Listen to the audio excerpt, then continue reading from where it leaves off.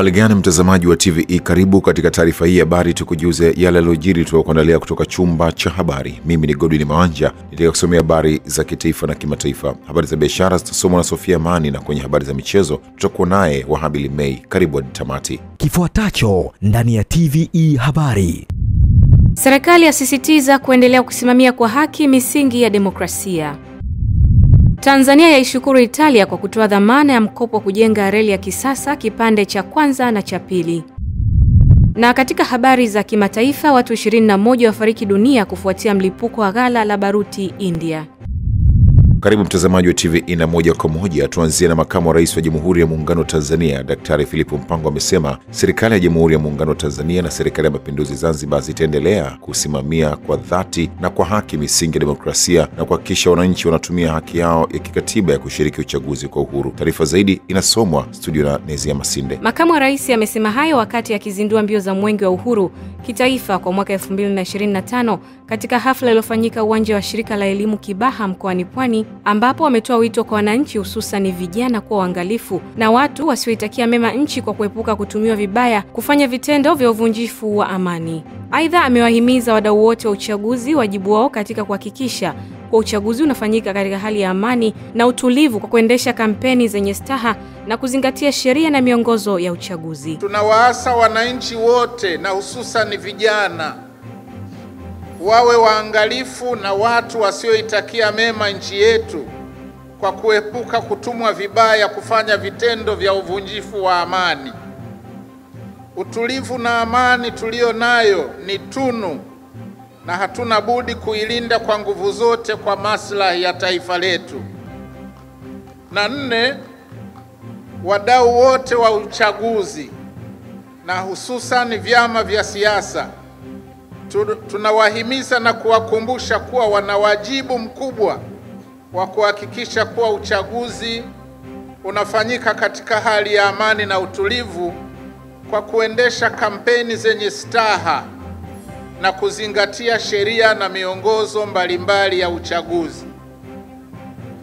Ikumbukwe uchaguzi mkuu unafanyika kwa kuzingatia Katiba ya Jamhuri ya Muungano wa Tanzania ya mwaka 1977 ibara ya 42, ibara ndogo ya pili na ibara ya 65.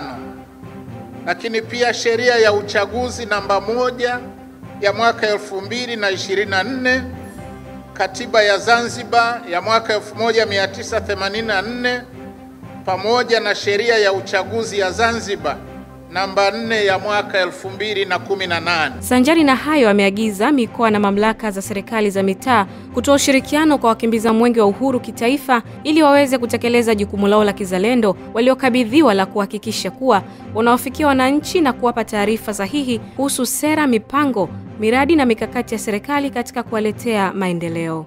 Wazo la kukimbiza Mwenge wa Uhuru nchi nzima na kila mwaka lilitolewa na vijana watano katika kikao chao kilichofanyika tarehe 26 Juni mwaka 1964, na lengo kuu likiwa ni kutekeleza kwa vitendo azma ya baba wa taifa ya kuhamasisha umoja, upendo, amani na ujenzi wa taifa kwa kuhamasisha maendeleo.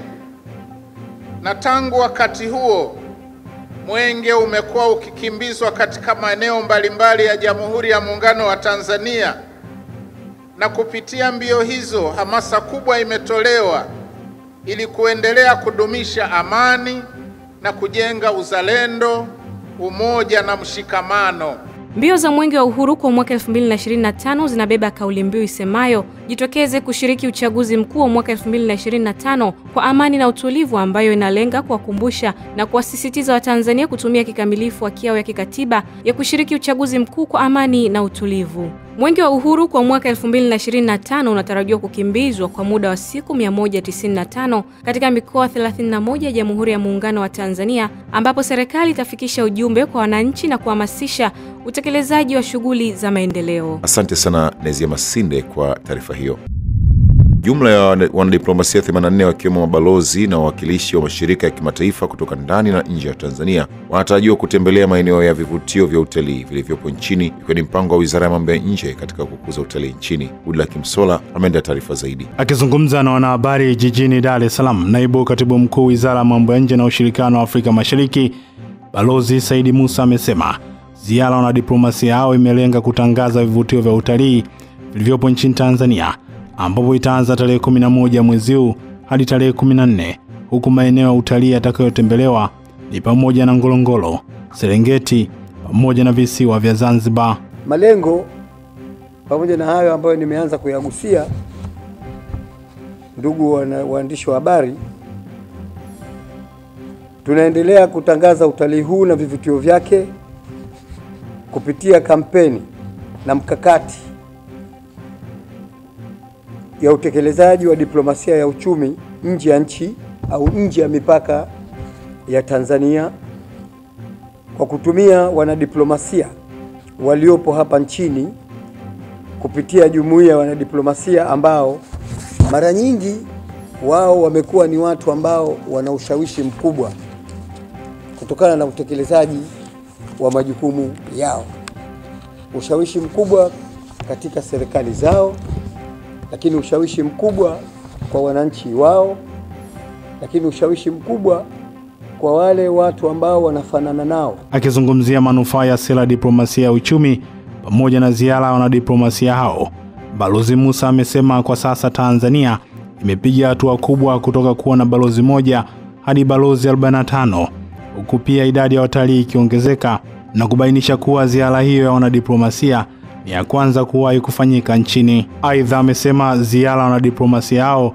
itahitimishwa visiwani Zanzibar na Rais wa Zanzibar na mwenyekiti wa Baraza la Mapinduzi Dr. Hussein Mwinyi, huku serikali kupitia Wizara ya Mambo ya Nje ikikiri kuimarika kwa diplomasia na uhusiano wa kimataifa kutokana na sera na siasa za sasa za Rais Dr. Samia, hali ambayo inaitangaza vyema nchi ya Tanzania. Tunaongeza nguvu ya juhudi ambazo Mheshimiwa Rais amekuwa akizifanya.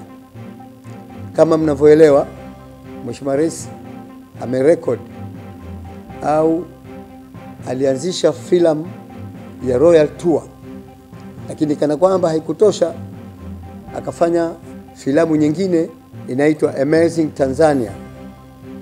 Hizi zote zimekuwa na matokeo chanya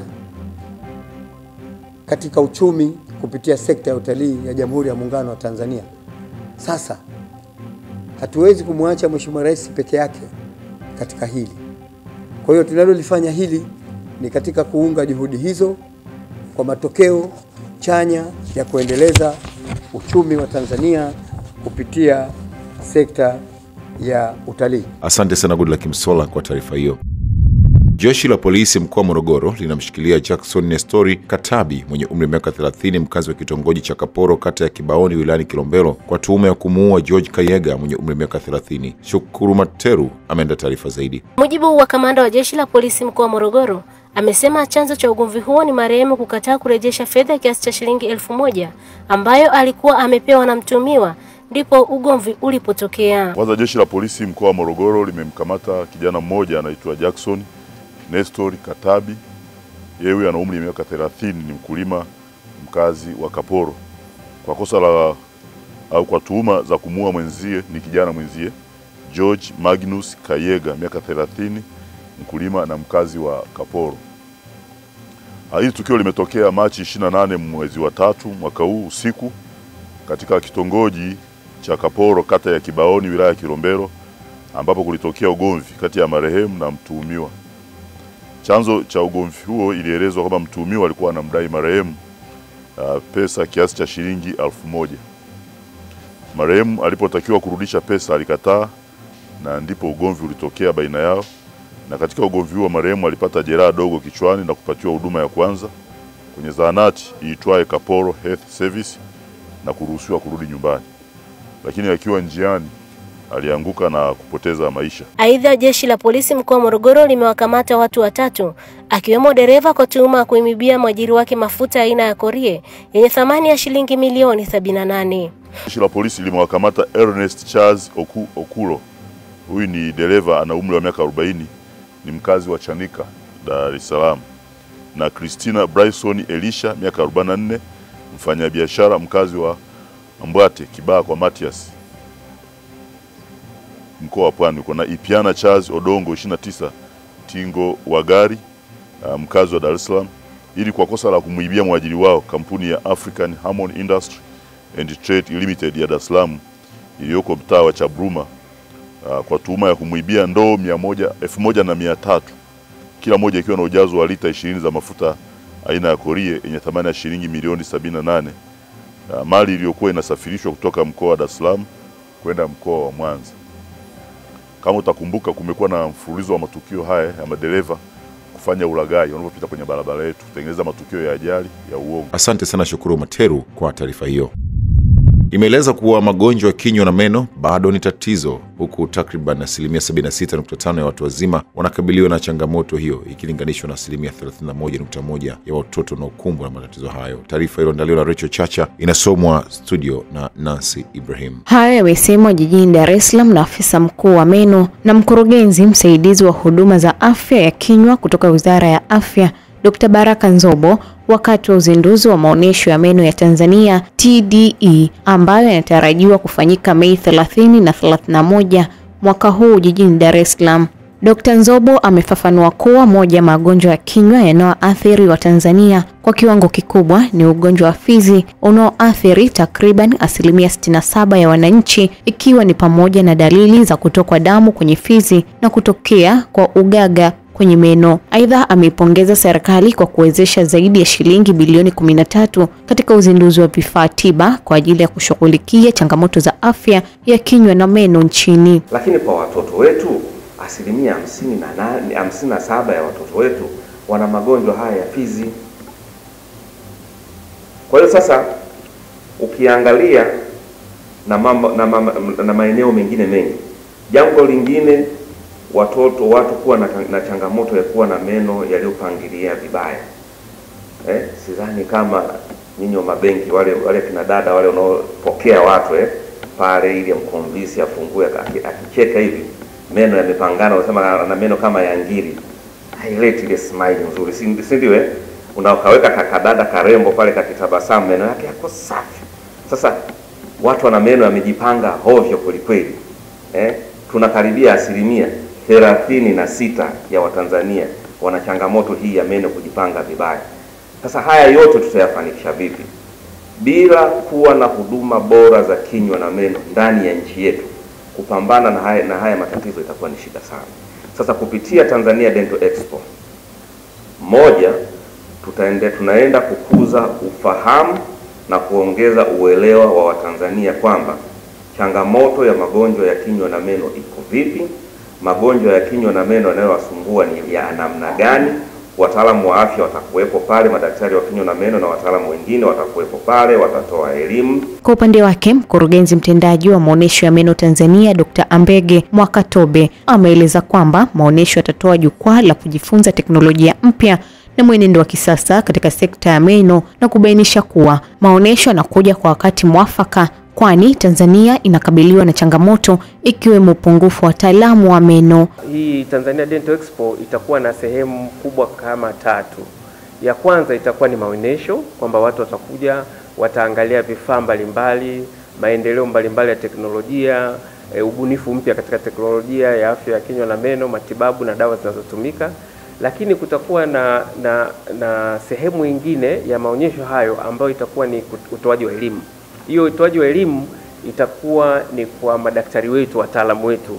Tunategemea madaktari wote ambao kupitia Wizara ya Afya na TAMISEMI wamealikwa kutoka hospitali zote mbalimbali. Kutakuwa na sessions au vipindi mbalimbali pale Mlimani City kwenye madarasa ya kule nyuma, ambako kutokana na ratiba itakaporuhusu wataweza kufundishwa vitu mbalimbali, labda utumiaji wa vifaa hivyo vipya vilivyopo, namna mpya za matibabu, namna gani teknolojia imeendelea. Kwa hiyo ni kama platform ya kubadilishana na utaalamu. Maonesho ya meno Tanzania 2025 yamepata uungwaji mkono kutoka kwa taasisi mbalimbali za serikali na sekta ya afya, ikiwemo Mamlaka Maendeleo ya Biashara Tanzania, Wizara ya Afya na Chama cha Madaktari wa Meno Tanzania, jambo linaloonyesha umuhimu wake katika sekta ya afya na biashara nchini. Asante sana Nancy Ibrahim kwa taarifa hiyo ya Rachel Chacha. Chama cha Demokrasia na Maendeleo Chadema kimetangaza kuanza mikutano ya hadhara katika mikoa mitatu ya kusini ya Lindi, Mtwara na Ruvuma kwa ajili ya kuhamasisha wananchi juu ya mabadiliko ya sheria ya uchaguzi kupitia kampeni ya No Reform No Election. Taarifa zaidi na Goodluck Msola. Akizungumza na wanahabari, mwenyekiti wa Chadema kanda ya kusini Adam Mayala amesema mikutano hiyo inatarajiwa kuanza tarehe 4 ya mwezi huu kufuatia awamu ya kwanza ya mikutano ya hadhara kufanyika katika kanda ya Nyasa, ambapo katika mikutano hiyo Chadema wakitarajiwa kufanya mikutano ya hadhara pamoja na kuzungumza na wananchi juu ya mabadiliko katika sheria na kanuni za uchaguzi. Chadema tulishafikisha wabunge zaidi ya 70 na majimbo. Chadema tumeongoza majiji kadhaa Tanzania yote. Lakini leo kirahisi tu eti Chadema inapata mbunge mmoja. Kwa hiyo nitoe rai kwa wananchi, narudia, wananchi wangu wa kanda ya kusini, kaeni tayari. Kipienga kimepulizwa, tutatembea kwa magari, tutatembea kwa baisikeli, tutatembea kwa pikipiki, ikibidi tutavuka na mitumbwi, tutatembea kwa miguu mpaka tumepata reform. Na tunawaandaa wananchi wawe tayari kwa kazi kubwa inayokuja. Aidha, amethibitisha Chadema kukutana na watiania wa nafasi za ubunge katika uchaguzi ujao, mkutano ambao utafanyika jijini Dar es Salaam, huku ajenda ikiwa haijajulikana, licha ya kuwa bado ameendelea kusisitiza kutoshiriki katika uchaguzi mkuu endapo sheria na kanuni hazitobadilika. Tutaongea na watiania wote na wale waliogombea 2020 kesho.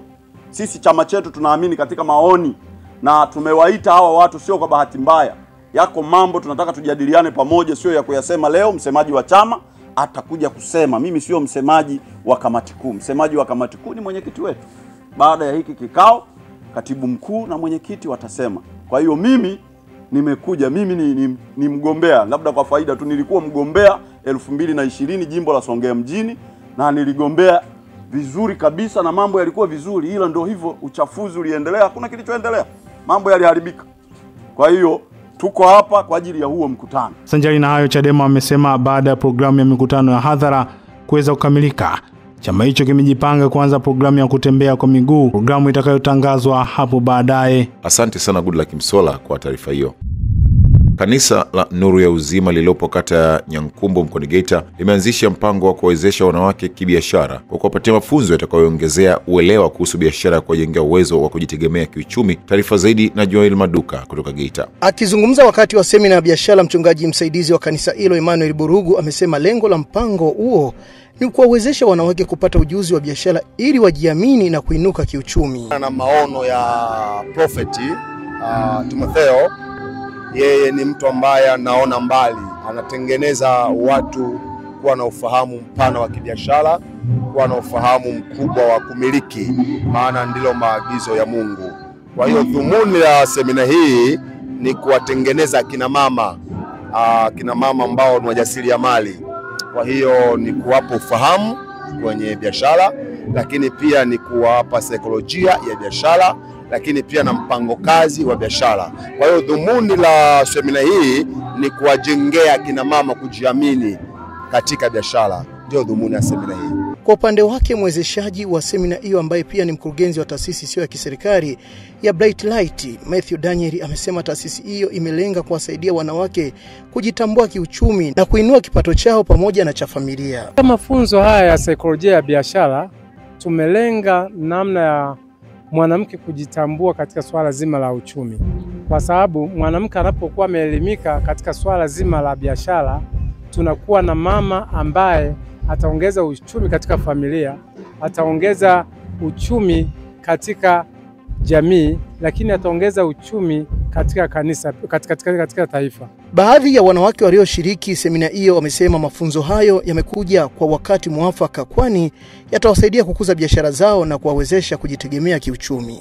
Kwa imedufundisha vitu vingi tofauti, pia imetupa kila mtu hapa nahisi ambao alikuwa hajitambui kuhusu biashara amepata uelewa, ameelewa maana ya biashara sana sana, kwa kuwa ametuambia wanawake, mwanamke lazima ajitambue. Usipojitambua huwezi kuwa, unakuwa na ule uoga, ila ukijitambua kwa hiyo unasubutu, unaweza kufanya jambo na kweli likafanyika.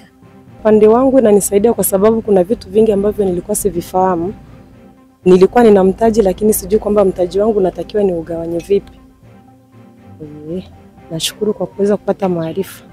Mafunzo hayo ni sehemu ya jitihada za kanisa la Nuru ya Uzima na taasisi ya Bright Light katika kuwajengea wanawake uwezo wa kujitegemea kiuchumi. Washiriki wameelezea matumaini yao kuwa elimu waliopatiwa itawasaidia kupiga hatua kubwa katika biashara na kuboresha maisha yao na ya familia zao. Asante sana Joel Maduka kwa taarifa hiyo. Mtazamaji, hii ni taarifa ya habari na mimi ni Godwin Mawanja. Tupate mapumziko mafupi kisha tutaendelea na taarifa ya habari. Kifuatacho ndani ya TVE habari. Tanzania yaishukuru Italia kwa kutoa dhamana ya mkopo kujenga reli ya kisasa kipande cha kwanza na cha pili.